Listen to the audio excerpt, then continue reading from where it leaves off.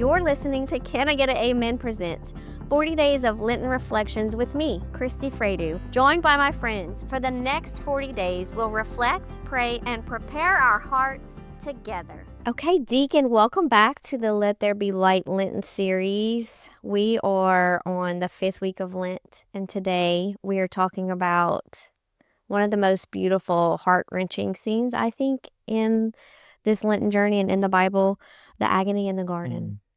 Where you want to start? Yeah, I just think this is just such a moving scene that always really captures me. Especially like if you've ever seen like Mel Gibson's Passion of the Christ. Such a moving scene, right? Christ with Peter, James, and John, kind of his, not just like his spiritual group, but like the inner circle of his spiritual group, kind of these chosen disciples, these chosen apostles, and his desire to have them with him in this very crucial moment as he's preparing to really enter into the climax of redeeming the world on the cross and kind of leading into his resurrection.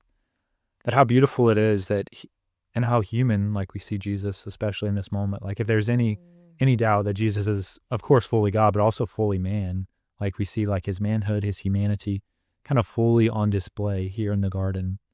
And the cry of his heart is for friendship.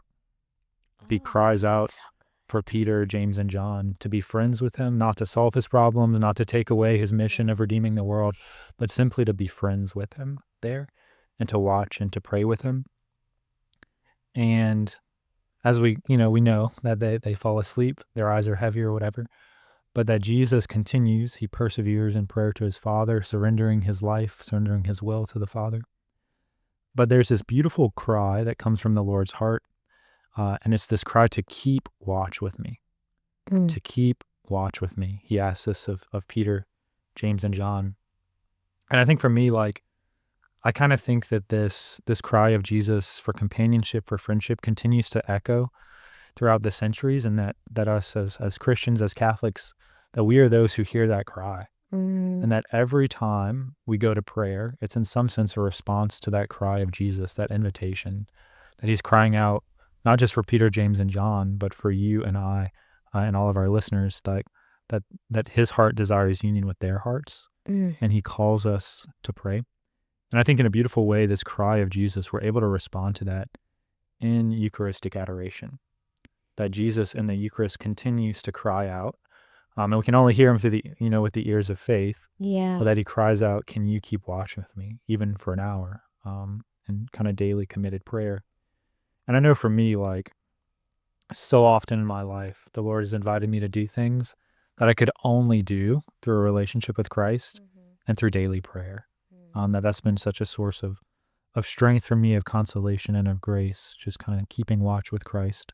Even, certainly I must admit, like sometimes I'll fall asleep and pray like the apostles did or those things, but just that at least striving to keep watch with the Lord is so pleasing to his heart, especially in this Lenten time. What do you think we are called to take away from them falling asleep? Like how do we find ourselves in that part of the story? Yeah.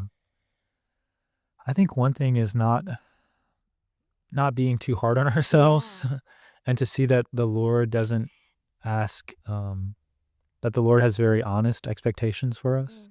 And he doesn't ever expect us to be more than human. And that he's able to, I think he's able to, to really like to handle and even to reverence our humanity and our weakness and our limitations. That as long as we're, striving with our hearts to love him and serve him and love our neighbor, that the Lord can handle us falling asleep. The Lord can handle our human quirks and failings and shortcomings, as long as our heart is seeking to follow him.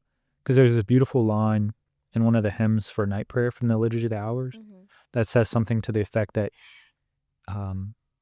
even if my eyes may sleep, my heart will keep watch for you.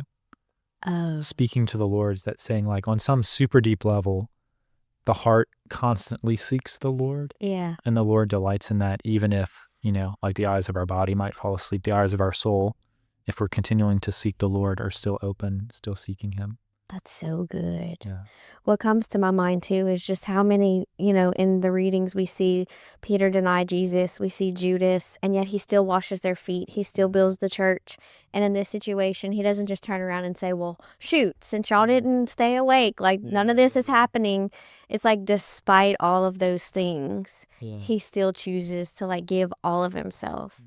The other thing that I take away from this too is like there is just this place in our hearts where only God can reach.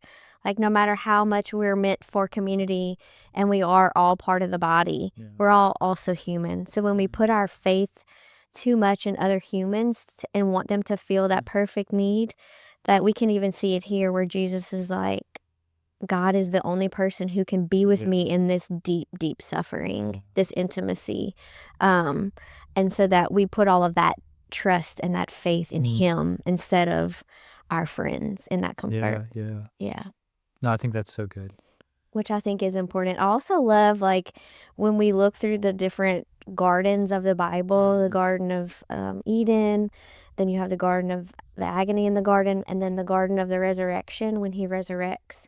And just the symbolism of those gardens of like restoration. Yeah. And that we don't stop in the darkness. We keep going until there's hope and joy again, which is what we need to keep in mind, as we're entering into Holy Week and we see all of Jesus's suffering, that no matter what we do and no matter how many times we failed to keep our penance the way we wanted, or Lent maybe not going the way that we expected it to go, that if we just keep bringing our mess to him and we turn to him like a good child does to their parent with that trust that like you're going to make something good of this, like you said, that's what he wants. He wants our hearts. Yeah.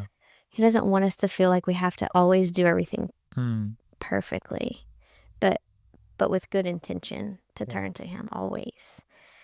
Any other closing thoughts for today's reading? Yeah, I think the kind of the last thing on maybe page 261, it says that Jesus wants us to accompany him today. Without prayer, how difficult it is to accompany him. Our own experience tells us so. That I know for me, especially kind of at this point in Lent, we can have very well confronted our humanity, our human limitations, our failing in this penance or that penance, or not being as charitable or as kind to others as we would want to be because of our penances or different things like that.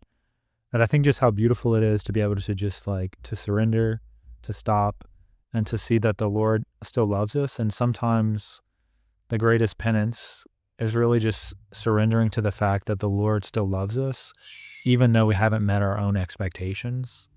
And to see that like that's precisely where the love and the grace of Christ can break in whenever we've kind of disappointed ourselves, haven't met our goals, whatever it might be, to see that the Lord still loves us there.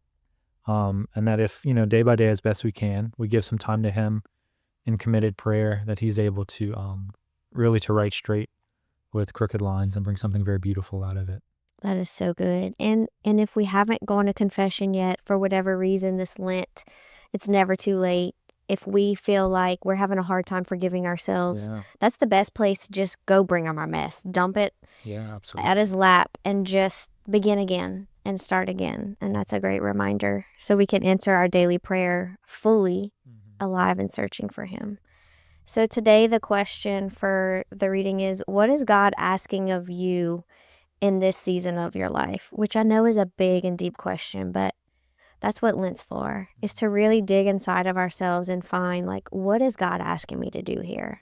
So I would encourage everybody to take that to prayer as we are getting closer and closer to Holy Week and to Easter. Can I get an amen? Amen. Strong communication drives strong business. Look, the illusion is that you're the only one having these problems. And the truth is, everyone has problems with comp. Kirkpatrick Brands equips leaders to speak with clarity, consistency, and confidence. So teams perform better, clients understand value, and your strategy hits every mark. From higher ed to global leaders in business, in 2026, your message is your advantage. Discover how to maximize that message at kirkpatrickbrands.com.